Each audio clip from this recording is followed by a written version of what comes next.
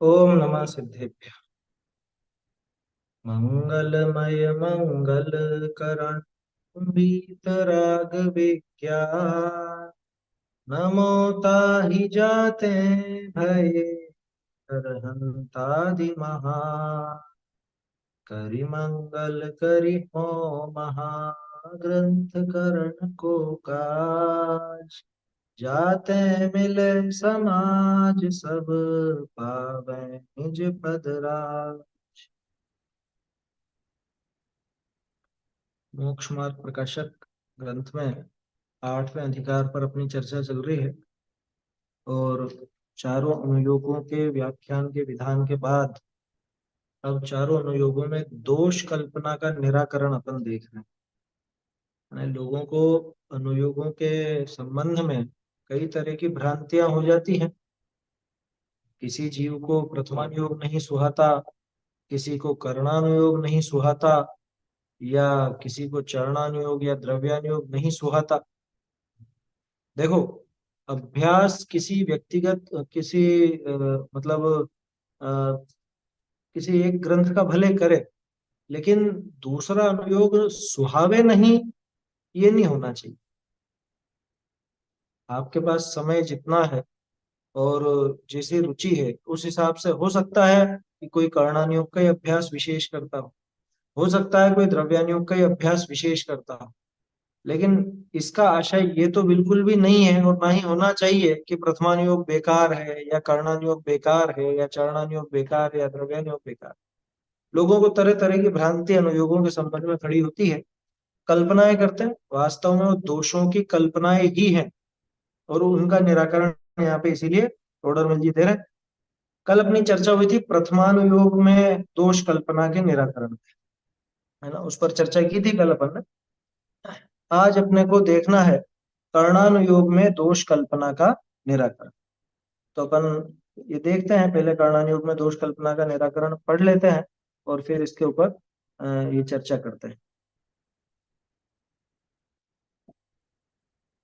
हम्म, हाँ, यहाँ से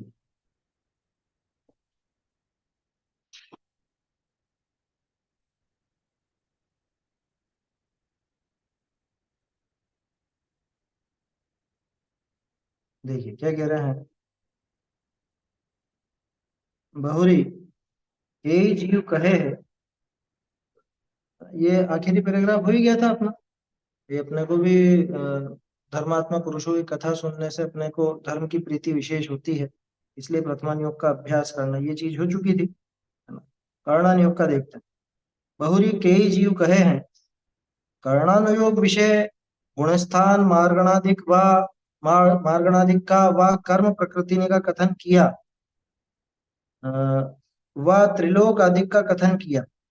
सो तिनको जान लिया ये ऐसे हैं, ये ऐसे हैं। या में अपना कार्य कहाँ सिद्ध भया, के तो भक्ति करिए, के व्रत दानादिक करिए, के आत्मानुभवन करिए, इनते अपना भला होई।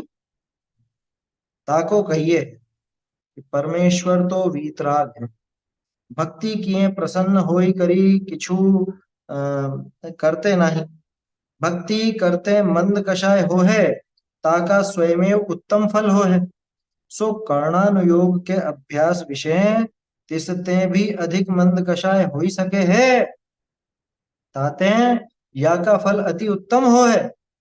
बहुरी व्रत दानादिक तो कषाय घटावने के बाह्य निमित्त का साधन है।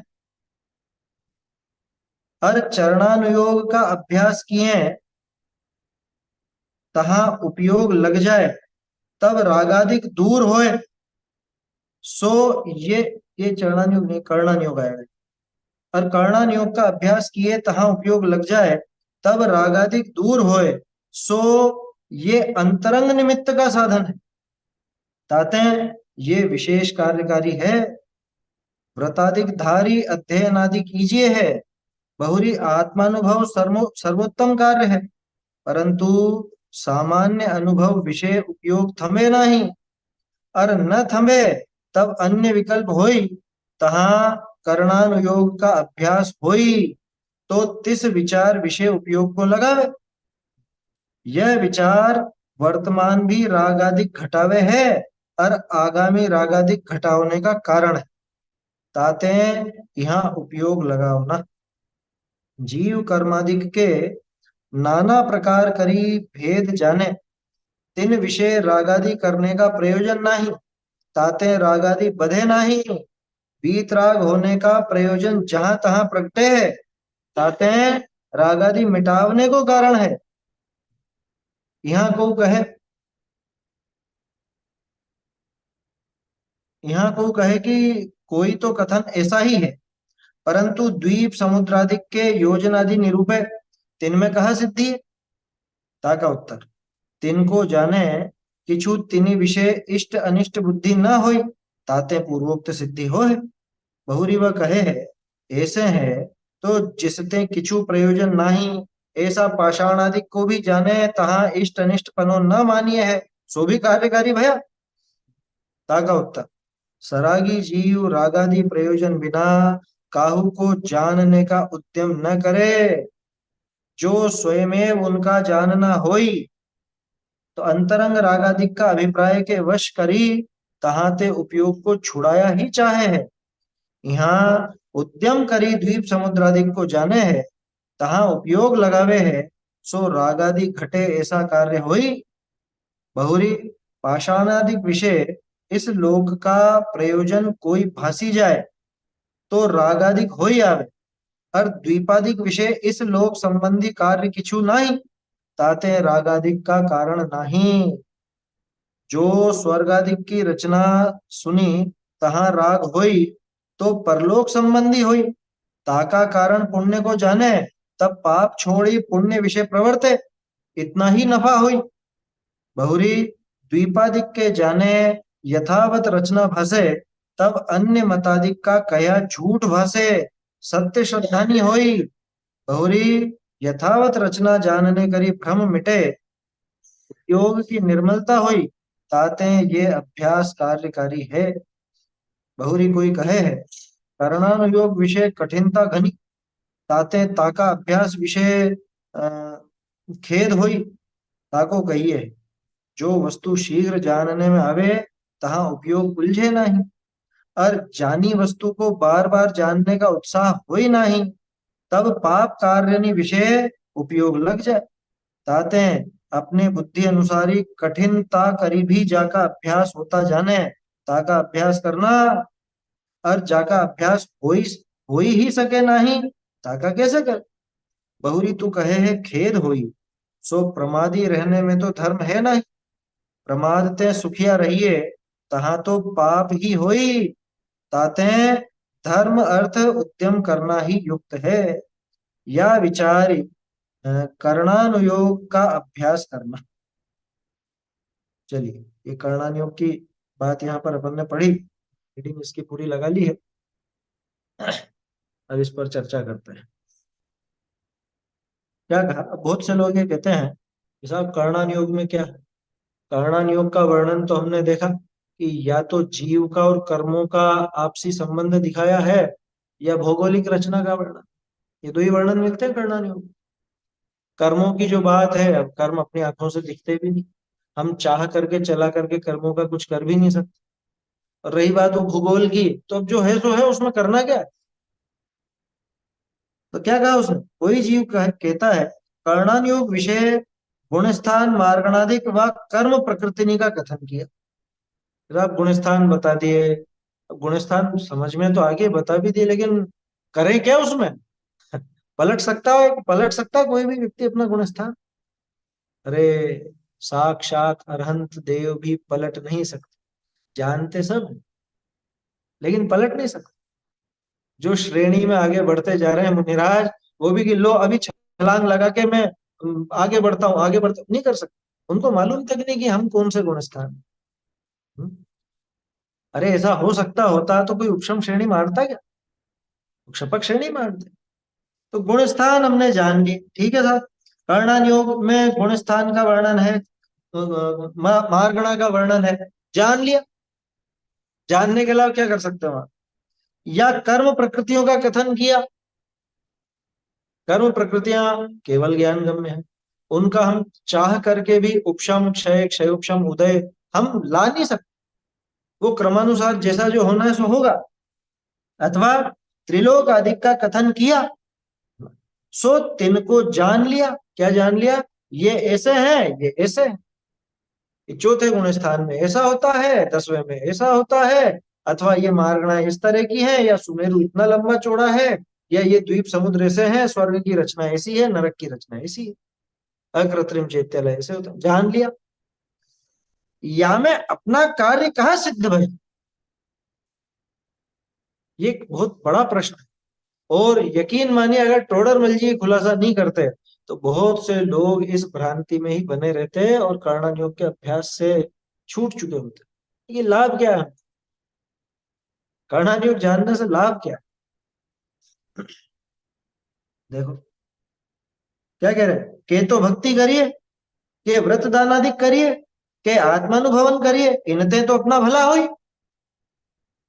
भाई आपको अपना भला चाहिए था तो या तो भक्ति वगैरह करते, उससे कुछ पुण्य बनता, या कुछ व्रतादि धारण करते। हम्म, व्रतादि धारण करते, दानादि देते, उससे अपने परिणाम भी सफलते और पुण्य भी बनता। अथवा आत्मानुभवन करते। आपने देखा 3 बातें ली, ये 3 दूसरे अनुयोगों की सूचक है। भक्ति को प्रथमानुयोग में गिना जाता है ना, व्रत दानादि चरणानुयोग का विषय, और आत्मानुभवन द्रव्यानुयोग का विषय।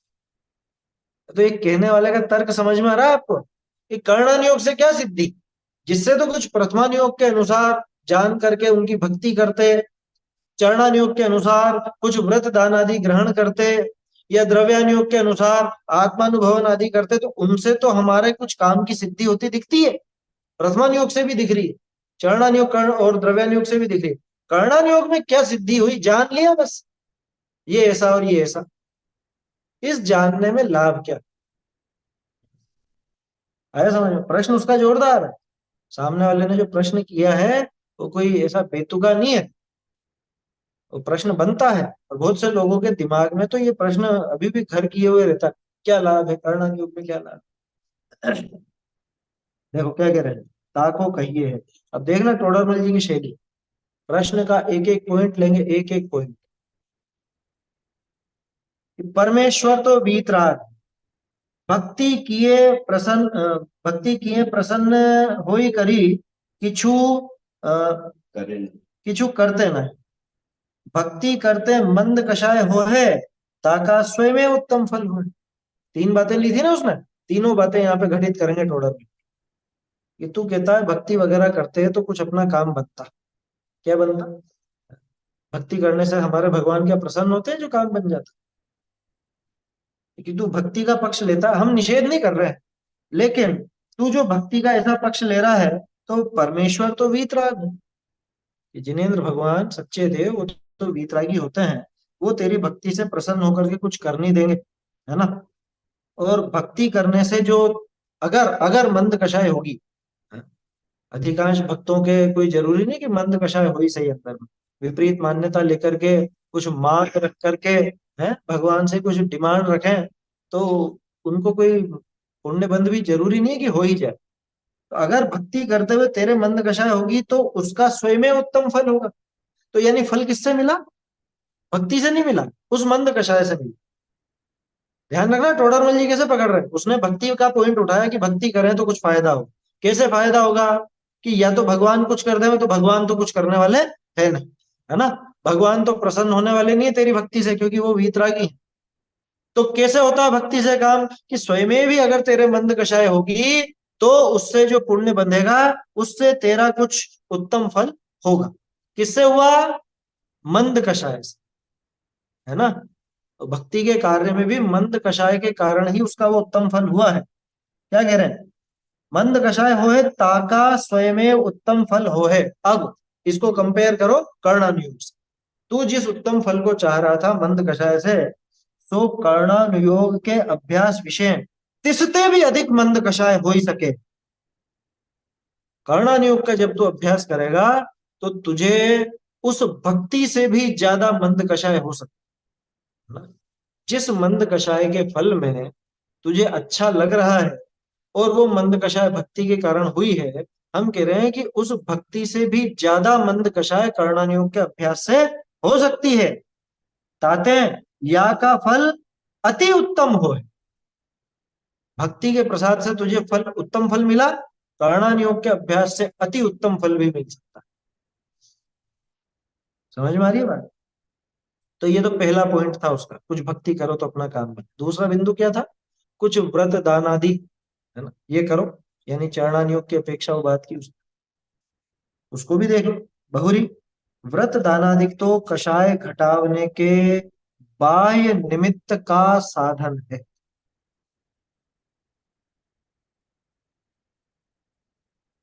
हाँ ठीक है ना।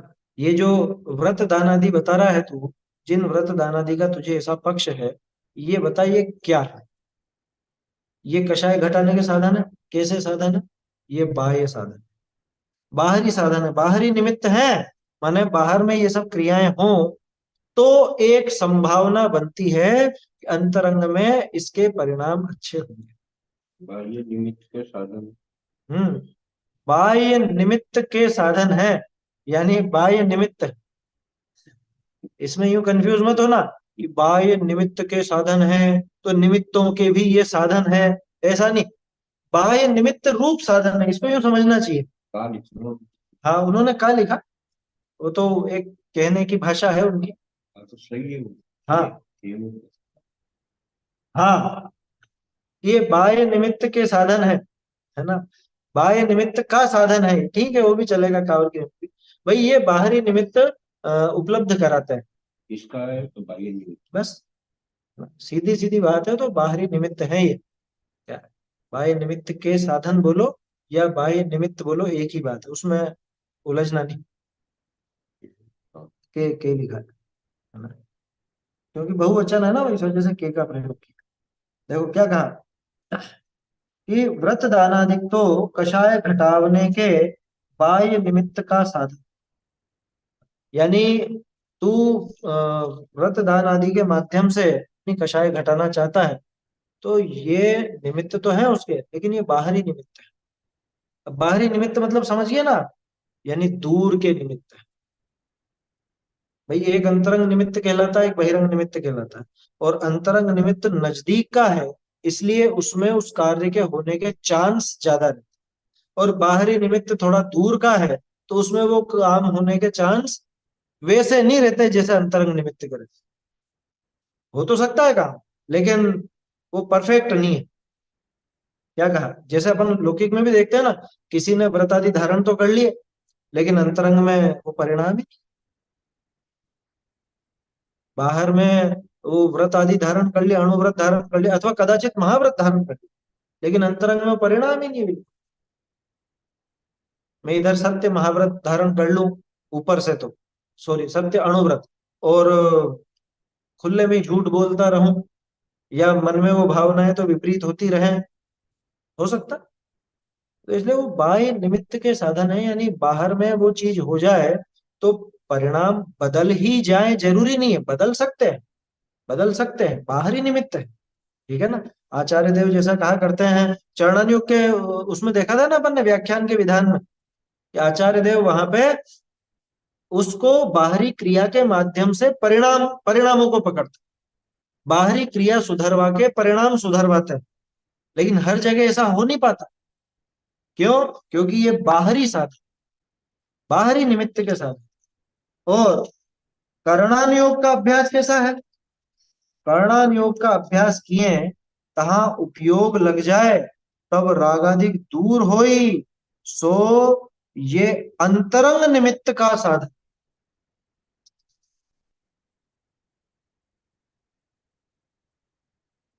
अच्छा, टोडरमल जी ने निमित्त का शब्द अलग से जोड़ा है। पहले सिर्फ ऐसा ही लिखा था, बाह्य साधन है और ये अंतरंग साधन, दोनों जगह निमित्त का अलग से जोड़ा हो। वो इसीलिए जोड़ा क्योंकि उन्होंने दिखाया कि ये निमित्त मात्र है। समझ में ही बात? अगर निमित्त शब्द नहीं लिखते और सीधे सीधे साधन लिखते तो इस जीव को ऐसा लगता है कि अरे इससे तो ये काम हो जाए, लेकिन उन्होंने ये जोड़ दिया उसमें, निमित्त का साधन है, बाहरी निमित्त के साधन है, माने ये होंगे तो ऐसा काम बन सकता। अब दोनों में कंपेयर करके देख लो, जैसे भक्ति में और कर्णन योग में अपन ने देखा था, कर्णन योग के अभ्यास में भक्ति में मंद कषाय वैसी हो ये जरूरी नहीं, कर्णन योग में तो होगी। भक्ति के माध्यम से जो मंद कषाय हुई, उस मंद कषाय में उत्तम फल मिल रहा था। कर्णन योग के अभ्यास में उससे भी ज्यादा मंद कषाय हो सकती है, फलस्वरूप और भी, यानी कि अति उत्तम फल वहां पे मिल सकता है, मिलता है। ऐसे ही व्रत दान आदि में, कि व्रत दान आदि ये बाह्य निमित्त के साधन, और कर्णान योग का अभ्यास कैसा है कि वो अंतरंग निमित्त का साधन। कर्णान योग संबंधी जो विचार है वो अंतरंग निमित्त का साधन है। क्यों कहा कि भाई वहां पे उपयोग लग जाए ना तो राग आदि दूर होते हैं। व्रत दान आदि में उपयोग लगे तो जरूरी नहीं राग आदि दूर, वहां पे दूसरे प्रकार की कषाय बढ़ भी सकती है। क्या क्या कहा, भाई व्रत धारण किया, कोई मैंने त्याग लिया, नियम कुछ ऐसा धारण किया, तो उधर उस संबंधी कषाय तो घटी, लेकिन मैं बड़ा व्रती हूं, ये मद चढ़ गया। हम्म, हमने इतना दान दिया है, भाई लोभ छूटा तो दान दिया, लेकिन इधर मान बढ़ गया। ये हो सकता है ना, हो ही सही, ये नहीं कह रहा हूं मैं, लेकिन हो सकता है, क्योंकि वो बाहरी साधन है ना, बाहरी निमित्त के साधन थे, तो वो इतने परफेक्ट नहीं है। और ये कर्णन योग, ये कर्णन योग में तो उपयोग लगाएगा ही लगाएगा। कर्णन योग का अभ्यास करेगा तो उपयोग ही लगाना, और काम क्या है कर्णन योग, उपयोग को उधर लगाना पड़ेगा, और उपयोग उधर लगाएगा तो राग आदि दूर होते। उस समय इसके कोई ऐसी विशेष कषाय रहती नहीं, इसके दिमाग में तो वही खलबली चलती रहती कि ये कैसा है, ये क्या है, ये किस तरह से घटित होगा, उपयोग उधर लगा रहता है। तो कर्णन योग वास्तव में देखा जाए ना तो शुभ भावों का एक बहुत बहुत प्रबल साधन, बहुत प्रबल साधन है, समझ में। तो ये अंतरंग निमित्त का साधन है, कहते हैं ये विशेष कार्यकारी है। चरणान योग की अपेक्षा देखोगे तो भी ये विशेष कार्य है ना। व्रतादि करी ध्यान अध्ययन आदि कीजिए है, व्रतादि करके भी क्या करता है, कभी दाना व्रताधिक धारी, व्रताधिक धारण करके, है ना। व्रतादि भी धारण करता है तो क्या करता है वहां पे बताओ, कि ध्यान और अध्ययन, यही दो काम तो करता है। किसी जीव के उपवास है तो उपवास के दिन क्या करे, समझदार जीव तो अभ्यास करेगा, ध्यान करेगा, अध्ययन करेगा। और ना समझ होगा तो टाइम पास कैसे न कैसे करना, दिन भर पलंग पर पड़ा रहेगा, है, ताश पत्ती खेल लेगा, या आज अब तो कोई जरूरत ही नहीं है टाइम पास की, मोबाइल लेके बैठ गया तो घंटों तो यूं ही निकल जाएंगे। बोलो, उपवास की परिभाषा ध्यान है ना। उपवास की परिभाषा क्या है, कषाय विषयाहारो त्यागो यत्र विधीयते, उपवास स विज्ञेय शेषम लंघनकम विदु। ये यहीं पे मिलेगी अपने को, मुखमा प्रकाशक में दी है टोडरमल जी में परिभाषा, है समझ। पेज नंबर 290 है, कर्णान योग में दोष कल्पना का निराकरण। क्या कहा कि भाई ध्यान अध्ययन ही तो करना है ना इसको व्रतादि धारण करके, तो व्रतादि धारण करे चाहे नहीं करे, कर्णान योग के अभ्यास में तो अपने आप ही अध्ययन हो रहा है। जिस ध्यान पूर्वक ये रागादि को घटाता है, कर्णान योग के अभ्यास में उपयोग लगाने से वो रागादि तो स्वयं ही घट जाते हैं। तो व्रत दान इत्यादि धारण करके भी जब इसको ध्यान अध्ययन ही करना है, ध्यान की नहीं ध्यान नहीं, अध्ययन आदि, ध्यान तो वो एक सामान्य नाम हमने ले दिया, क्योंकि अध्ययन के साथ में ध्यान भी जुड़ता है, वो भी आता है ना।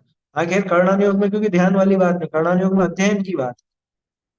और फिर भी व्यवहार से धर्म ध्यान जिसे कहते हैं, वो कर्णन योग के सहारे बहुत अच्छे से होता है। आज्ञा विचय, आज्ञा विचय धर्म ध्यान क्या है, अपाय विचय धर्म ध्यान किसके सहारे, विपाक विचय धर्म ध्यान किसके सहारे होता है, संस्थान विचय धर्म ध्यान किसके सहारे होता है, ये सब कर्णन योग के सहारे ही तो चलते हैं। आज्ञा में तो चलो और भी आप शामिल कर लो, लेकिन विपाक, विपाक किसका नाम, कर्म के उदय का, तो कर्म के उदय का ध्यान वो तो कर्णन योग से ही समझ में आएगा, है। संस्थान विचय, तरह तरह की वो आकृतियां, कौन सा कैसा है, किसका कैसा संस्थान है जीव का आकार कैसा, शरीर का आकार कैसा, सुमेरु का आकार कैसा, तीन लोक का आकार कैसा, ये सब संस्थान विषय में जाता है। आया समझ? तो वो एक धर्म ध्यान का साधन बनता है प्रणाम योग से। ध्यान रखना, ये सारी चीजें पढ़ ली तो आपको धर्म ध्यान हो गया ऐसा मत समझ। धर्म ध्यान वो आगे बताया, गुण स्थान की परिपाटी में वो आगे आता है, लेकिन एक पूर्व रूप उसका एक पूर्व रूप तो हमको यहाँ पे दिखता है ना।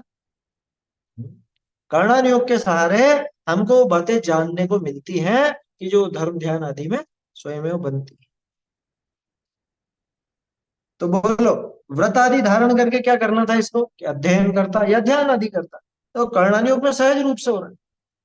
तो तीन बिंदु जो इसने दिए थे, या तो भक्ति कर लो, है, या व्रत दान आदि कर लो, तो वो दो चीजों का तो निषेध हो गया। निषेध हो गया माना कि भाई कर्णन योग उनसे हल्का नहीं है। तेरे भक्ति के भाव से कर्णन योग का अभ्यास ऊंचा ही, तेरे व्रत दान आदि के भाव से भी कर्णन योग का अभ्यास ऊंचा ही। और देखो, अब आत्मानुभवन से किसे टकराओ, वो तो सर्वश्रेष्ठ कार्य है ना। बहुरी आत्मानुभव तो सर्वोत्तम कार्य है, परंतु परंतु सामान्य अनुभव विषय उपयोग थमे नहीं। आत्मानुभव तो श्रेष्ठ है, वो तो कर्णानुयोग के अभ्यास से भी श्रेष्ठ है, लेकिन ये बता तू आत्मानुभव में कितनी देर टिकेगा। अरे मुनिराज ही बहुत कम देर के लिए टिक पाते हैं। मुनिराज के जो छठे सातवें गुणस्थान में आवागमन होता है, आप क्या सोचते हो कितनी देर मुनिराज आत्मलीन, मिनटों में होता है वो काम, मिनटों में। समझ में आ रही है बात? कुछ मिनटों के लिए। आया समझ? मिनट भी मैंने कदाचित ज्यादा ही कह दिए। आया समझ? क्योंकि सेकंडों में ही अपन उनके हिसाब से बात कर रहे हैं, तो अंतर मुहूर्त की वो गणना लगाए तो मिनटों में बैठ भी जाता है कभी कभी, लेकिन हमेशा मिनटों में नहीं होता। उसकी तैयारी में ज्यादा समय लगता है। छठे गुण स्थान से कम समय है सातवें गुण स्थान, उत्तर उत्तर कम कम समय है। तो हजारों बार हो जाता है। हाँ, हो जाए, हजारों बार भी हो जाए। कि बार बार आए गए आए गए आए गए। आया था ना वो लेख, आया था ऐसा। इतनी बार हो करके छूट जाए। छूट जाए मैंने सम्यक दर्शन छूट जाए ऐसा नहीं, आत्मानुभव। आत्मानुभव, ये छठे सातवें की यात्रा हजारों बार हो जाए अंतर में। फिर भी अपन तो उत्कृष्ट ले रहे हैं, क्योंकि आगे बढ़ के वो करते ही है ना। वो 11वें गुण स्थान तक होकर के आ जाते हैं वापस, अंतर मुहूर्त के अंदर अंदर। इतना काम हो जाता है। तो अब बताओ, आत्मानुभवन वो हमने माना कि कर्णन योग के अभ्यास से श्रेष्ठ है, लेकिन कितनी देर कर लो। और जब आत्मानुभवन नहीं रहेगा और साथ में कोई आश्रय नहीं रहेगा, तब क्या? मुनिराज की बात मत लेना, क्योंकि मुनिराज तो उसकी तैयारी करते हैं वापस। आत्मानुभव किया, उससे छूटे, फिर आत्मानुभव की तैयारी, वही काम है उनके।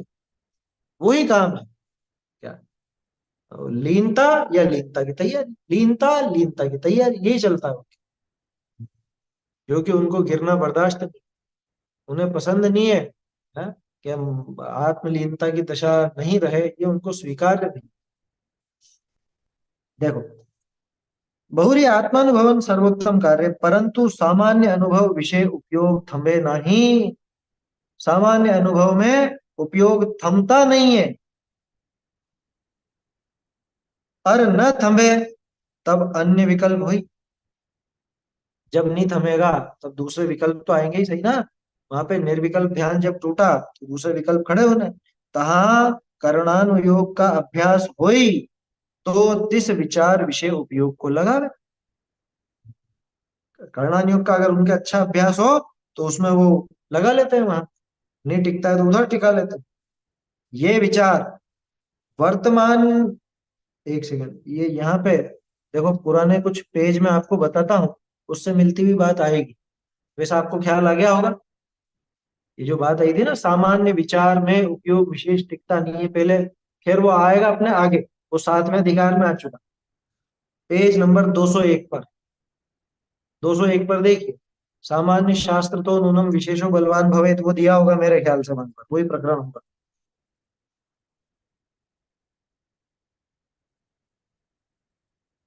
वही है ना।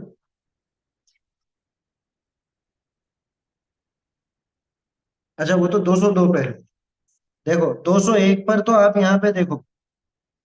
क्योंकि शब्द का उपयोग हेतु उपकरण से करता होता है वो करता है। हम्म अन्य विकल्प होते हैं। ये रहा नीचे नीचे, 201 पर नीचे ही नीचे। तथा तू कहेगा, मैं आत्म स्वरूप ही का चिंतवन अनेक बार अनेक प्रकार किया करूंगा। हम्म। सो सामान्य चिंतवन में तो अनेक प्रकार बनते ही नहीं है। सामान्य चिंतन में अनेक प्रकार कैसे बनते? और विशेष करेगा तो द्रव्य गुण पर्याय, गुण स्थान मार्गणा शुद्ध अशुद्ध अवस्था इत्यादि इत्यादि विचार होगा। तो ये आएंगे ही आएंगे। तो 70 पे भी। हाँ 270 में भी थी ये बात, 270 पे पहले नोट की थी अपन। 270 लेकिन अलग ढंग से है वो बात। 270 में तो जो कर्णानियोग का प्रयोजन दिखाया था, वो बात थी। और देखिए 202 पर भी है। ये पीछे जो पैराग्राफ निकला ना, पहला पैराग्राफ, पहला पैराग्राफ जो अपन ने देखा इसमें, कर्णानियोग में दोष कल्पना का निराकरण। कितने ही जीव कहते हैं कर्णानियोग में ये सब बातें बताइए, इससे क्या कार्य सिद्ध हुआ। ये 201 पे भी आया और 202 पर भी आया। 202 पे फिर वो कहता है, रागादि मिटाने का कारण उनमें तो उपयोग लगा ना, परंतु त्रिलोकवर्ती जीवों की गति आदि का विचार करना, कर्म के बंध उदय सत्ता के बहुत विशेष जानना, तथा त्रिलोक के आकार प्रमाण आदि जानना इत्यादि विचार क्या कार्यकारी है। बिल्कुल ये का ही प्रश्न 202 नंबर पर, 202 पेज पर देखोगे तो ये का यही प्रश्न आपको मिल जाएगा। ठीक गया? उत्तर कितना बढ़िया, ये का ही उत्तर वहां पे भी दिया है कि इनके विचार करने से रागादिक बढ़ते नहीं है। यहाँ पे भी यही बात कह रहे हैं। ये रागादि घटाने का, अब जो लाइन आ रही है ना, ये यही पढ़ रहे हैं। ये विचार वर्तमान भी रागादि घटाता है और आगामी रागादि घटाने का कारण है। ये अपन ने 290 पे, और यहाँ पे भी यही बात कि इनके भी विचार करने से रागादि बढ़ते नहीं है। आया समझ? मतलब ये 202 पे जो ये ऊपर से लेके नीचे सामान्य शास्त्र तो नूनम विशेषो बलवान भवेत दिया है, यहां तक पूरा यही प्रकरण, यही प्रकरण मान अपने 290 पे भी है और ये 202 पर भी। आगे के प्रश्न भी वैसे ही हैं। ये बहुत विकल्प किस लिए करे, थोड़ा बहुत ही जानना कार्यकारी है, ऐसे प्रश्न वहां पे दिए। तो इसको आप उसके साथ मिला सकते हो। देखिए क्या कहा कि भाई सामान्य रूप से अनुभव तो करने लगेगा तो उपयोग तो बहुत वहां टिकने वाला नहीं। 170 पे भी।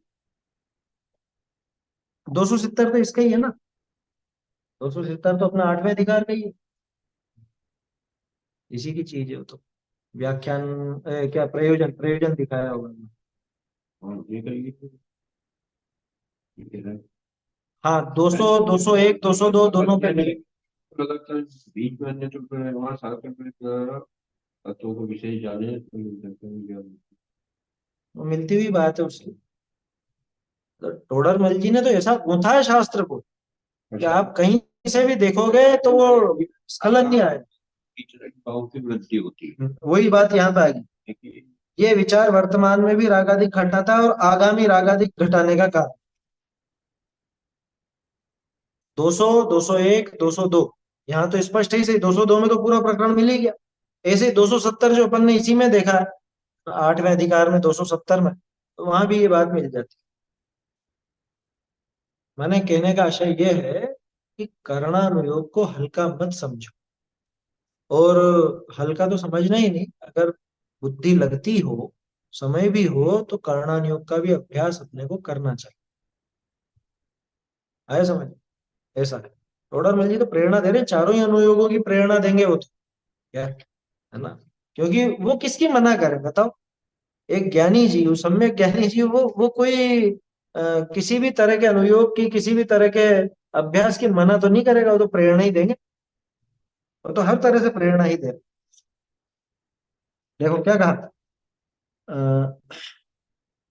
ये बात भी होगी, है ना। ये विचार वर्तमान भी रागादिक घटावे है और आगामी रागादिक घटावने को कारण। कौन सा विचार? कि ये जो कर्णानुयोग संबंधी विचार चलते हैं, है ना, उनमें उपयोग लगाता है, तो वहां उपयोग लगने पे अपने आप रागादि घटते ही घटते हैं।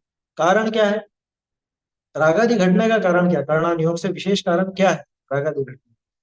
इसलिए है कि कर्णान योग में जो बातें हैं उनसे आपका लौकिक प्रयोजन तो कोई भी हल होने वाला नहीं, है ना।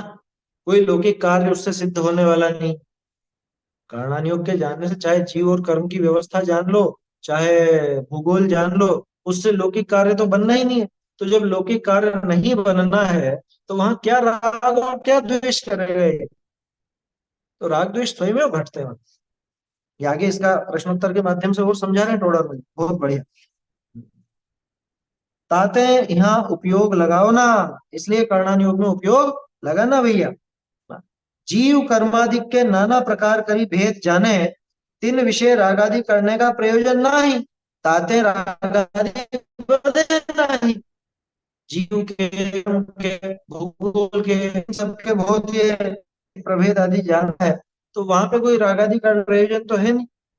कि सुमेरु पर्वत इतना ऊंचा है, अब बताओ उसमें इतना ऊंचा है तो मैं राग करूं या द्वेष करूं उससे? हैं? उससे मेरा क्या फर्क, मतलब उससे क्या फर्क पड़ रहा है?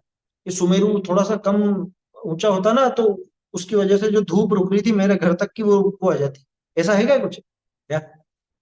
जैसे आपके पास वाला मकान कोई बहुत ऊंचा बना ले और आपकी धूप हवा रुक जाए, तो ऐसा तो कुछ हो नहीं रहा उससे, सुमेरु से। कि ये थोड़ा और लंबा होता तो ज्यादा अच्छा रहता, छाया रहती हमारे, है? ऐसा तो कुछ है नहीं। तो हमारा कोई तो प्रयोजन सिद्ध नहीं हो रहा उससे, लौकिक। हमारा कोई लौकिक प्रयोजन उससे सिद्ध नहीं हो रहा है, तो हमको राग या द्वेष करने की कोई गुंजाइश है नहीं, है ना। तो अकृत्रिम चैत्यालयों की रचना का वर्णन है। अब वो अकृत्रिम चैत्यालय ऐसा है, ऐसा है, ऐसा है, उससे बताओ हमें लौकिक में तो कोई उससे कुछ मिल नहीं रहा। समझ में आ रही है बात? 8वें द्वीप पर वो देव जाते हैं, नदीश्वर द्वीप पर जाते हैं देव, और वहां पे पूजा अर्चना करते हैं अष्टानिका में। अभी अष्टानिका में करेंगे ना लोग बाग पूजा वगैरह। तो अब ये बताओ उससे हमें राग या द्वेष क्या है? उससे हमको क्या झगड़ा क्या है और हमारी क्या सिद्धि होगी उससे? कुछ भी नहीं। तो हमको न राग होता उससे द्वेष होता। अच्छा ये बताओ 8वें की जगह 7वें में जाते तो क्या हो जाता? या वो देव जाते ही नहीं तो क्या हो जाता? तो उसके अभ्यास में हमारे राग द्वेष नहीं बढ़ते। कि ठीक है साहब, हमारा कुछ प्रयोजन सिद्ध नहीं हो रहा, लेकिन जब प्रयोजन सिद्ध नहीं हो रहा है तो फिर पढ़ना ही क्यों? कि एक प्रयोजन सिद्ध होता है। कौन सा? कि लौकिक बुद्धि हटती है, माने लौकिक विषयों से बुद्धि हटती है, तो राग या द्वेष सीमित हो जाता है। उसकी जगह किसी और चीज को जान रहा होता है। जैसे मान लो अकृत्रिम चैत्यालय की जगह अपन अपनी आसपास के, ताजमहल। हाँ ताजमहल आदि को जानता, मान लो। क्या? ताजमहल जाने लायक नहीं, ध्यान रखना। वो ताजमहल को जानता, तो वहां तो राग या द्वेष खड़े होते। समझ में ही बात? तो कोई वो मकबरा किला, कोई कुछ कहता उसके बारे में और कोई कुछ कहता, हाँ? इसलिए वो समझ में ही बात? तो वहां तो राग द्वेष का प्रयोजन है। अकृत्रिम चिकित्सालय की रचना पढ़ने में वैसा कोई राग द्वेष का प्रयोजन सिद्ध नहीं। और ताजमहल की रचना पढ़ोगे तो जरूर राग द्वेष सिद्ध होगा कि चलो वहां चले, घूम के आए, देखे तो सही कैसा बनाया उसने शाहजहां ने। या फिर नहीं नहीं हमको नहीं जाना है, मुसलमान ने बनाया, ऐसा करे वैसा किया। हाँ? तो इसीलिए केस करा था उसके बेटे ने, हाँ, खर्चा करके था लोगों कि को उसने लेके। लोगों का पैसा हड़प करके और इसमें लगाया, इसलिए वो औरंगजेब ने इसको वहां पे जेल में बंद करा था। ऐसी चीज क्या देखने जाना? बोलो। ये द्वेष। ये द्वेष हो जाए। या तो राग होगा या द्वेष होगा, कुछ ना कुछ होगा। लौकिक वस्तुओं को जानने से, लौकिक स्थान को जानने से। और ये जो भूगोल की रचना है, कृत्रिम चैत्यालय आदि की रचना, इसको जानने से तो ना तो कोई राग की सिद्धि हो रही है, ना कोई द्वेष की सिद्धि। और केवल तो ये लाभ हुआ ना। ज्ञान की सिद्धि होगी अपना। हाँ, वो तो आगे आखिर में है ही सही, है ना। प्रवचन सार जी में आचार्य देव ने ज्ञान की बहुत महिमा गाई। क्या वो जो शुरू में ज्ञान अधिकार है, वो केवल ज्ञान ही केवल ज्ञान के ऊपर उन्होंने लिखा।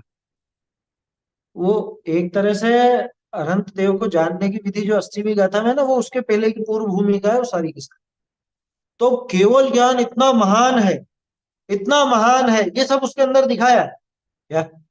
है ना, कि वो मूर्त को, अमूर्त को, व्यक्त को, अव्यक्त को, सबको जानता है? उनमें प्रविष्ट नहीं होता, उनसे अप्रविष्ट नहीं होता, मतलब ज्ञान उनसे न्यारा रह करके वो सब जानता है। वो केवल ज्ञान की महिमा उसमें दिखाई।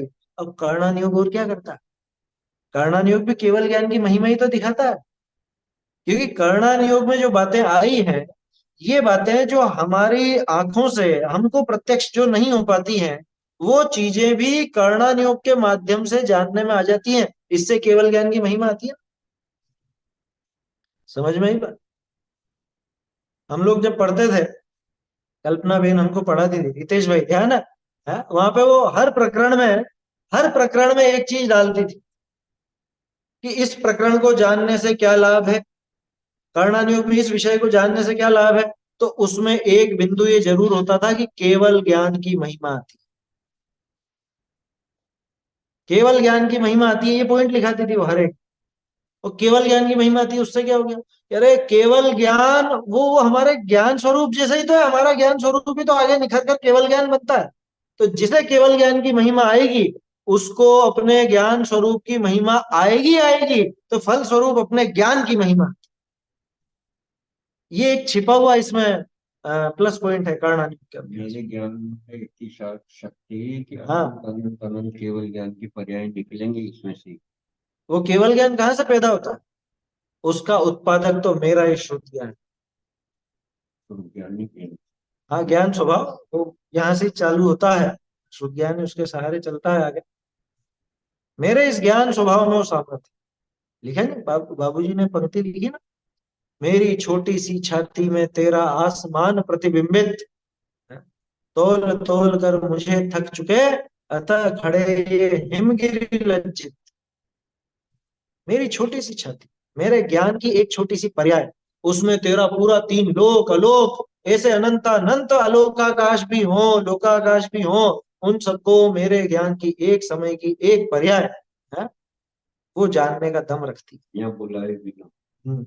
वहां गए बिना। हाँ, वही है वो, न प्रविष्ट न अप्रविष्ट, ऐसा लिखा होता है। क्या? ये ज्ञान में आपने नहीं, ज्ञान गे में वो प्रवेश नहीं करते। ज्ञान वहां जाता नहीं उसमें। हाँ, अपने ज्ञान का सामर्थ्य से, केवल ज्ञान जैसा ही मेरे ज्ञान का सामर्थ्य। यही तो दिखाते हैं आचार्य देवा रोचन साहब जी में, यही दिखाना चाहते हैं। वो 80वीं गाथा में भी वो बात आती है, उससे सामने बिठाया जाता है पर्याय में। खैर वो विषय अलग है, थोड़ा विस्तृत भी है। अपन तो ये देखें कि ये एक बहुत बड़ा पॉइंट है कि कर्णानुयोग के माध्यम से जो ये जानना होता है, उससे रागादि मिटते हैं। लिखा ना ये, जीव कर्मादि के भेद नाना नाना प्रकार करी भेद जाने, तीन विषय रागादि करने का प्रयोजन नहीं, ताते रागादि बढ़े नहीं। इसलिए रागादि बढ़ते नहीं है। अखबार को जानोगे तो रागादि बढ़ेंगे, कर्णानुयोग को जानोगे तो रागादि नहीं बढ़ेंगे। वीतराग होने का प्रयोजन जहां तहां प्रकट है, ये कितनी बड़ी बात ली है इन्होंने रोडर में जी। वीतराग होने का प्रयोजन जहां तहां प्रकट, कैसे जहां तहां, कैसे जहां तहां, कैसे कर्मों की बात जान करके वीतरागी होने का प्रयोजन कैसे प्रकट? ऐसे होता है कि ये कर्मों की ऐसी ऐसी दशा स्वयं में होती है, तू कुछ कर नहीं सकता है। जब तू कुछ कर नहीं सकता तो अब क्या करना, राग या द्वेष कर। अरे मोहनी बहुत खराब है, बहुत खराब। क्या कर लेगा बहुत खराब के क्या? बहुत खराब के क्या क्या कर? या फिर मैं ऐसे कर्मों का बंधन नहीं करता। हाँ। दूसरा, वर्तमान के अपने जो तरह तरह के उदय देखता है, तो उन उदयों को देख करके, कर्म का ऐसा उदय आया, ऐसा उदय आया, उसको देख करके फिर ये सोचता है कि मैंने जो राग द्वेष आदि अपराध पहले किए थे, उनका ही मुझको ये फल मिल रहा है, तो अब मुझे वो राग आदि अपराध नहीं करने। फलस्वरूप वो राग द्वेष से बचता है। तो इस तरह से भी राग आदि से बचने का कारण है। पड़ता है ना, इससे शिक्षक थोड़ा कोई का होता है, इससे हाँ, होता है, इससे नरक गति जब ये पता चलेगा कि ये इन बातों से या इस प्रकार के कार्य से मुझे इस प्रकार का बंध होता है, ये सब कर्णन योग में ही तो आता है, हैं? मृत्यु। कि ये कार्य, ये भाव ज्ञानावर्णी के बंध के कारण, ये वाले भाव दर्शनावर्णी के बंध के कारण, तो जब मैं ये सब चीजें पढ़ूंगा तो उनसे बचूंगा ना अपने आप, वैसे रागादि भावों से बचूंगा। तो इस तरह से भी वो जहां तहां लिखा ना ये, जहां तहां, हैं? वीतराग होने का ही प्रयोजन प्रकट होता है, इसलिए रागादि मिटाने का कारण है। अब देखो सामने वाले ने प्रश्न खड़ा किया, यहाँ को कहे को कोई तो कथन ऐसा ही है। ठीक है साहब, ज्यादातर बहुत से कथन तो ऐसे ही हैं, जहाँ पे जीव और कर्मों की बात है वो कथन तो ठीक है, ऐसा है राग आदि घटाने का या वितराग का प्रयोजन। परंतु द्वीप समुद्रादि के योजनादि निरूपे तिनमें क्या सिद्धि है? ये सुमेरु पर्वत 1 लाख योजन का, और ये थाई द्वीप 45 लाख योजन का, वो स्थित शिला ऐसी है, और ये क्या बोलते हैं, नरक के बिल इतने हैं, इतनी इनकी संख्या है, पहली पृथ्वी 1,84,000 योजन मोटी है, अंतिम नरक में 5 बिल है गिनती के। इन सब से क्या सिद्धि? इनकी संख्या, इनका ये माप आदि योजन वगैरह बताने में क्या सिद्धि है? कि वो स्वयंभू रमण, वो पाव राजू का हो या आधा राजू का हो, हमको क्या फर्क पड़ता है? समझ में आ रही है बात? कि उसकी चौड़ाई इतनी हो, 163 कोटि योजन महा लाख 84 इसमें लाख, अरे हमारी भला से वो डबल हो, क्या फर्क पड़ता है उससे? और हमें क्या सिद्धि है? भाई जीव और कर्म का तो चलो समझ में आता है, क्योंकि हम जीव हैं और हमारे सुख दुख में कारण वो जीव वो कर्म बनते हैं, लेकिन इनसे क्या लेना देना? इनके वर्णन का क्या प्रयोजन? ये बहुत बड़ा प्रश्न है ये। क्योंकि कर्णयोग पढ़ के ऐसा अच्छे अच्छे स्वाध्यायी जनों के भी दिमाग में रहता, क्या पढ़ना, वो इनको क्या पढ़ना, क्या पढ़ना, ऐसा कहते हैं बहुत से। भाई पढ़ो चाहे मत पढ़ो, लेकिन उस ज्ञान की तुम हीनता मत समझो। आया समझ? हो सकता है आपको इतना समय नहीं मिल रहा हो सकता है आपको बात समझ में नहीं आती हो, इसलिए आप थोड़ा उससे घबराते हो, कुछ भी कारण हो सकता है, लेकिन उस ज्ञान को, वो अनुयोग को आप बेकार मत समझो, उसको हल्के में मत लो। उससे भी वीतरागता की ही सिद्धि होती है, चारों अनुयोग वीतरागता की ही सिद्धि के लिए। खैर अभी तो अपना प्रश्न ही हुआ है। क्या कह रहा है सामने वाला? कि भाई अ, ये सब जो निरूपण किया इसमें क्या सिद्धि? ता का उत्तर कि तिनको जाने किछु तिन विषय इष्ट अनिष्ट बुद्धि ना हुई। भाई उनको जान करके कोई इष्ट या अनिष्ट बुद्धि हो रही है क्या? ये नहीं हो रही। तो ताते पूर्वोक्त सिद्धि हो है। पूर्वोक्त कौन सी, जो ऊपर कहा ना वीतरागता का प्रयोजन? ये बताओ कि तुमने सुमेरु पर्वत 1 लाख योजन का है, उसके ऊपर 40 योजन की चूली का, ये सब पढ़ा, ठीक है, और उसमें 4 वन है, चारों वन में हर दिशा में एक एक अकृत्रिम चैत्यालय का निर्माण है, तो प्रत्येक मेरु में 16-16 वो बने हुए अकृत्रिम चैत्यालय, और हर एक अकृत्रिम चैत्यालय में 108 प्रतिमाएं, गर्भगृह में और बाहर में ऐसा और वैसा है, तरह तरह की। ये सब रचना पढ़ने से तुमको कुछ राग या द्वेष पैदा हुए क्या? कि नहीं हुए। तो नहीं हुए तो हो गई ना सिद्धि वीतरागता की। उतना समय तुम्हारा उपयोग उस शुभ और मतलब उस राग द्वेष से बच गया ना। शुभ से तो नहीं बचा, शुभ तो है वो, राग द्वेष से बच गया ना। आप एक कल्पना करो कि इतनी देर तुम ये पढ़ते कि अमेरिका में ऐसा है, ऐसा है, ऐसा है, यहाँ ये रहते हैं और वहां पे ऐसा काम होता है और ये होता है, तो आपको राग द्वेष करेगी, ठीक है ना? दूसरी तरफ कर्णान योग में आप पढ़ते हो सुमेरु ऐसा है और उसके आसपास का जो विदेश क्षेत्र है वो ऐसा है, उसकी 32 नगरियां इस प्रकार की है। ये सब चीजें आप पढ़ते हो, तो इसमें कौन सा राग द्वेष खड़ा होता है? नहीं होता। तो आधा घंटा आपने भूगोल, दुनिया का भूगोल पढ़ने में जो लगाया, उसमें आपके तीव्र राग द्वेष खड़े होते हैं। और आधा घंटा आपने कर्णान योग पढ़ने में लगाया, वहां उस राग द्वेष से आप बचे। तो उस वीतरागता की, राग द्वेष घटाने की सिद्धि हुई कि नहीं हुई?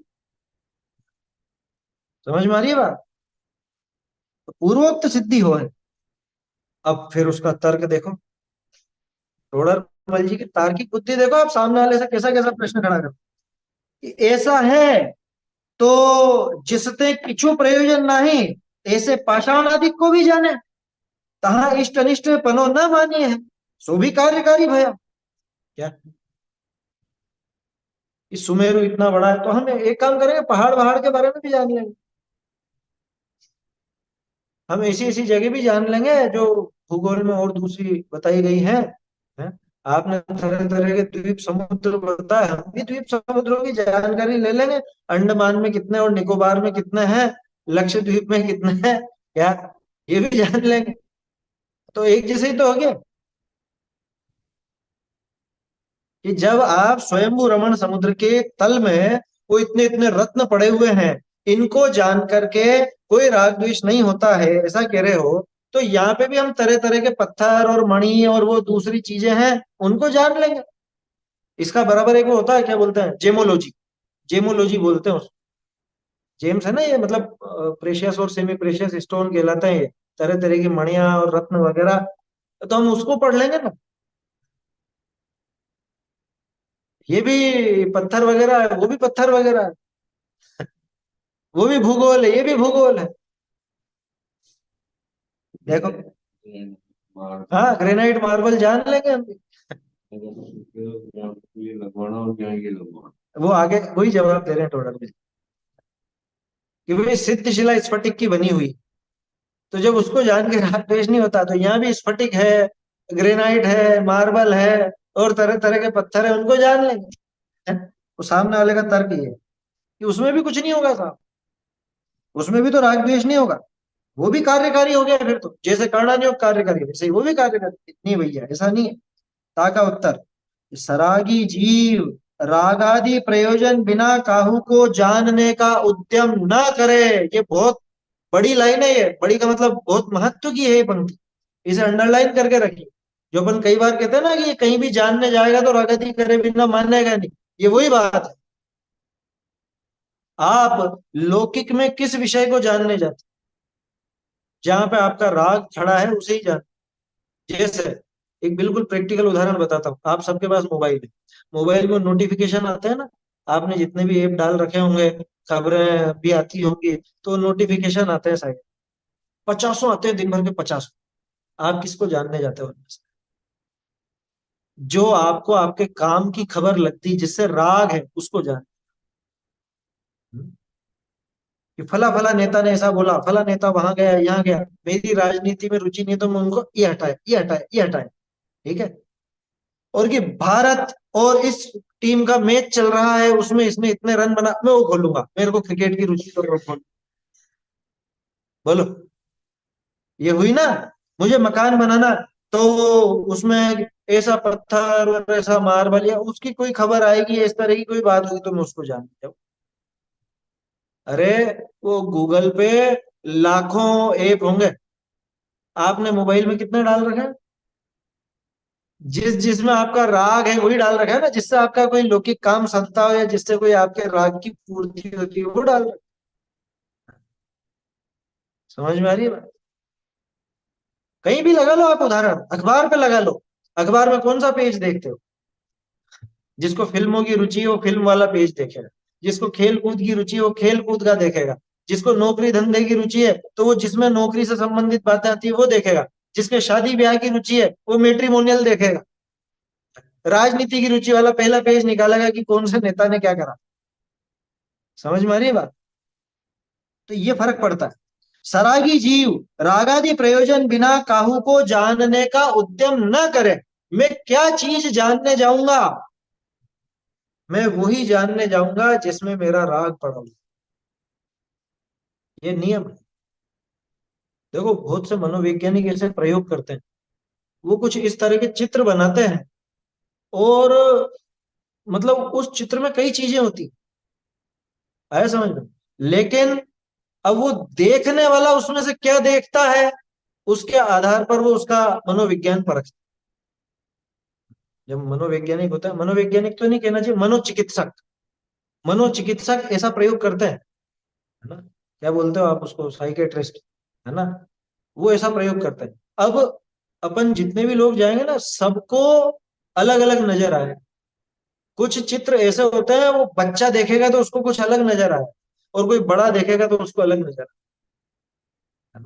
कोई कोई विशेष काम करने वाला हो, उसको कुछ अलग नजर आए। सबको अलग अलग दृष्टिकोण से नजर आता है। क्यों? क्योंकि सबको अलग अलग तरह का राग पड़ा हुआ है। सबको अलग अलग तरह का राग पड़ा। हम जो भी जानने जाते हैं, हमारा राग उसमें पीछे काम करता है,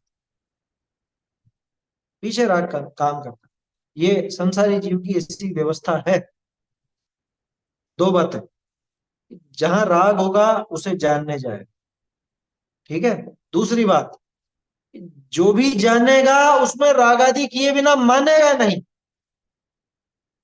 क्या? क्या कहा? एक तो इस जीव की प्रवृत्ति ऐसी है कि जहां इसका राग होगा उसे जानने जाए। राग या द्वेष कुछ भी हो, द्वेष वश भी जाता है जानना, है ना। जहां राग द्वेष पड़ा होगा उसे जानने जाए। दूसरी बात, जो सहज भी जानने में आ गया इसके, तो वह राग आदि करे बिना मानेगा नहीं। दोनों बातें टोडरमल जी के इसी पॉइंट में से निकलती है। आगे हरी बात देखो क्या कह रहे हैं। सरागी जीव रागादि प्रयोजन बिना काहू को जानने का उद्यम न करे, जो स्वयमेव उनका जानना होई, तो अंतरंग रागादिक का अभिप्राय के वशते तहा ही उपयोग को छुड़ाया ही चाहे है। तहा ते उपयोग को छुड़ाया ही चाहे। क्या मतलब कि अब कुछ अपने आप इसको जानने में आ गया, क्या चीज जानने में आ गई, जिससे इसका कोई राग द्वेष नहीं है, तो वहां से उपयोग को हटाना ही चाहे। जैसे अभी थोड़ी देर पहले मैंने आपको उदाहरण दिया था, वो आपके 50 नोटिफिकेशन आए। अब वो नोटिफिकेशन में जाने दुनिया भर की तमाम चीजें हैं। आप क्या करते हो, हटाओ हटाओ हटाओ हटाओ, हटाते हो। व्हाट्सएप पे आधा टाइम तो आपका वो मैसेज डिलीट करते करते ही बीतता है ना, है। विज्ञापन और जो बीच बीच बोलो, वो बीच बीच में विज्ञापन आते हैं, क्या करते हो उनका, अरे हटाओ इसको। यूट्यूब देखते देखते आपके विज्ञापन आ गया, क्या करोगे, स्किप, स्किप एड। क्यों करोगे, वहां से उपयोग हटाना चाहते। टीवी पे घंटों तक चैनल बदलते रहते हैं लोग बात, क्या, घंटों तक चैनल बदलते रहते। क्यों, विज्ञापन आ गया, हटाओ। दूसरी लगाओ, कौन से चैनल पे आ रही है, कोई पिक्चर आ रही है क्या, उसमें लगाओ। वहां देखा, थोड़ी देर देखा, फिर विज्ञापन आई, फिर हटाओ। और बताऊं, मेरे ख्याल से पर्याप्त है उदाहरण है। जो बड़े शहरों में रहते हैं, अब कार में जाते हैं वो रेडियो चलाते हैं। मैंने ये प्रवृत्ति देखी है, और कई बार तो अपने साथ भी घटित होता है ऐसा। क्या, रेडियो चलाते हैं। अब वो रेडियो चला, 6-7 स्टेशन लगे रहते हैं आपके कार में, है ना, आपके रेडियो में। तो आप वो चलाओ, ये बेकार का नारा, हटाओ इसको। दूसरा लगा है, उस पर विज्ञापन आ रहा है, इसको हटाओ। तीसरा चैनल, चौथा चैनल, पांचवा चैनल, ये क्यों बदल रहा है ये, पागल हो गया क्या। जो चल रहा है चल रहा है, कह रहे नहीं ये हटाओ, इसको हटाओ। क्यों, कि इससे हमारा कुछ लेना देना ही नहीं, बिना कारण। माने ये अपने जानने को भी अपने रागानुसार खर्च करना चाहिए। क्या कहा, अपने जानने को भी अपने राग द्वेष के अनुसार ही खर्च करना चाहता है। ये नहीं चाहता कि मेरा उपयोग जरा सा भी फालतू में इधर उधर बर्बाद। प्रत्येक जीव की ऐसी प्रवृत्ति, अपने उपयोग को मैं कहां पे इन्वेस्ट करूं, कहां पे लगाऊं, कि जहां मेरा राग द्वेष पड़ा हो। तो जीव की एक सहज प्रवृत्ति ऐसी होती है। ये सारी बात क्यों कह रहे हैं टोडरमल जी, क्योंकि सामने वाले ने प्रश्न किया ना कि साहब हम कुछ भी जान लेंगे फिर तो। जब आप कह रहे हो कि कर्णन योग में ऐसा जानने से कोई राग द्वेष नहीं होता, तो हम दुनिया भर की चीजें जान लेंगे। कि भैया, तू एक तो अपने आप जानने जाएगा, है ना। जहां तेरा राग द्वेष पड़ा हुआ नहीं हो, उस वस्तु को तू जानने नहीं जाता। और कदाचित वो वस्तु तेरे जानने में आ जाती है, तो वहां से तू उपयोग को छुड़ाना ही चाहता है। लिखा ना ये, उपयोग को वहां से छुड़ाना ही चाहता है। और यहाँ पे उद्यम करी द्वीप समुद्र आदि को जाने हैं। किनको जान रहा है, कि जिससे इसका कोई राग द्वेष नहीं है, कोई लेना देना नहीं है, बुद्धिपूर्वक उनको जानने जा रहा है। तहा उपयोग लगावे है, सो राग आदि घटे, ऐसा कार्य हुई। लौकिक में ये पद्धति नहीं बनती, क्योंकि लौकिक में आपकी, अरे मन तो नहीं है फिर भी जान लो इसको, ऐसा नहीं होता। जिस चीज को जानने का मन नहीं हो, वहां आप उपयोग को लगाओगे नहीं। और कर्णन योग में तो आप बुद्धिपूर्वक लगा रहे हो, इसका मतलब आपका राग दूसरी तरफ से घटा है तो लगा। माने कर्णन योग का अभ्यास राग आदि के घटने पर बनेगा, एक बात।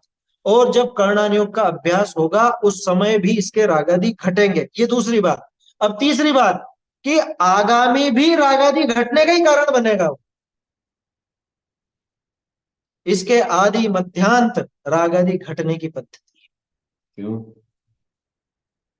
आगे क्यों घटेंगे, क्योंकि जब यहाँ चित्त में राग द्वेष नहीं है ना, उन वस्तुओं को जान रहा है, और वहां सहज रूप से राग द्वेष हो नहीं रहे, प्लस दूसरी तरफ उपयोग लगाता वहां राग द्वेष होते, उससे बच गया, उससे यहाँ बच गया। केवल ज्ञान की महिमा आई, केवल ज्ञान की महिमा आई, उसको प्रकट करने का उपाय ये बना। के कारण से यहाँ पर बंद नहीं हुआ। हाँ, बंधन नहीं हुआ। बंद बंद हुआ तो अब उदय में क्या आएगा? मंदी आएगा फिर आगे भी। तो टेबल बंद करता तो बंद। दुनिया भर की अन्य वस्तुओं को जानने में लगता, तो वहां तो तीव्र बंद होता और फलस्वरूप आगे तीव्र उदय आता, तो वहां राग द्वेष बढ़ते। यहाँ पे मंद बंद हुआ है, जो हुआ है वो भी शुभ हुआ, अच्छा हुआ बंद यहाँ, और आगे भी इसका शुभ ही उदय में आएगा। तो ऐसे भी इसके राग द्वेष घट सही है, वो बुद्धि वगैरह सब निर्मल होती है, सही है। देखो समय हो रहा है अपना, क्या कहा, यहाँ उद्यम करी द्वीप समुद्र आदि को जाने हैं, तहाँ उपयोग लगावे है, सो रागादि घटे ऐसा कार्य होई। बहुरी पाषाण आदि विषय, इस लोक का प्रयोजन कोई भासी जाए। इसने पाषाण आदि को जानने की कही थी ना, अब पाषाण का मान लो जाना कि अरे ये पत्थर ठंडा भी नहीं होता गर्म भी नहीं होता, ऐसी विशेषता जानी, ये वाला पत्थर अपने घर पे लगा, ये लौकिक प्रयोजन निकल आया वहां से। पत्थर को जानने में लौकिक प्रयोजन निकल गया। क्या स्वयंभू रमण समुद्र के हीरे मोती जानने से कोई राग द्वेष नहीं होना था, क्योंकि उनको कुछ नहीं ला सकते।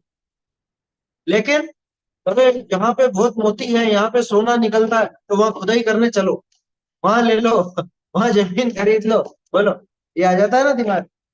वहां कोई लौकिक का प्रयोजन भाषित हो जाए तो रागादिक हो ही आवे। और विपादी विषय, इस लोक संबंधी कार्य किछु नहीं, ताते राग आदि का कारण नहीं। उन द्वीप आदि के जानने में कोई लौकिक प्रयोजन सिद्ध नहीं होता, इस वजह से इसके राग द्वेष का कारण वो नहीं बनता। अभी इसका जवाब और बाकी है वैसे, हाँ, लेकिन अपन समय हो गया, कल देखेंगे इसको। स्वर्ग आदि को जानने से भी इसका भला ही होता है, स्वर्ग नरक आदि जानता है तो उसमें भी इसकी प्रवृत्ति सुधरती, वो आगे बात है।